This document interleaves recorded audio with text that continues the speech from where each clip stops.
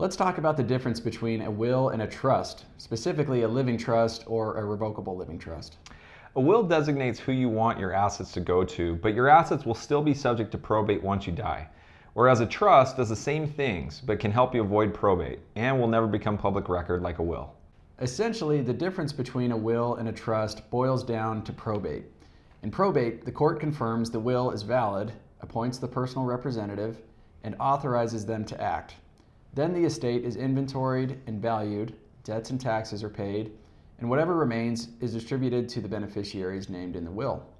This process can take a few months or years, all depending on the circumstances. A living trust is especially helpful if you own real estate in more than one state, if you value privacy, or if you prefer administration by your successor trustee without any court involvement. In those situations, a trust can save time and reduce complexity. Trusts do require more work on the front end than a will. You have to retitle assets into the trust and maintain that alignment over time.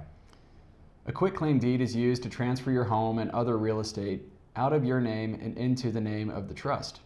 This shouldn't affect your mortgage, and you can still sell your home. Plus, if you buy additional property in the future, you can directly deed the home into the trust. Other assets typically put into a trust are vehicles, certain financial accounts, and any other assets that have a title. Pre-tax retirement accounts are generally not put into a trust, but remain in your individual name. On the other hand, a will is perfectly appropriate in Washington. Our probate process is relatively efficient, especially compared to other states.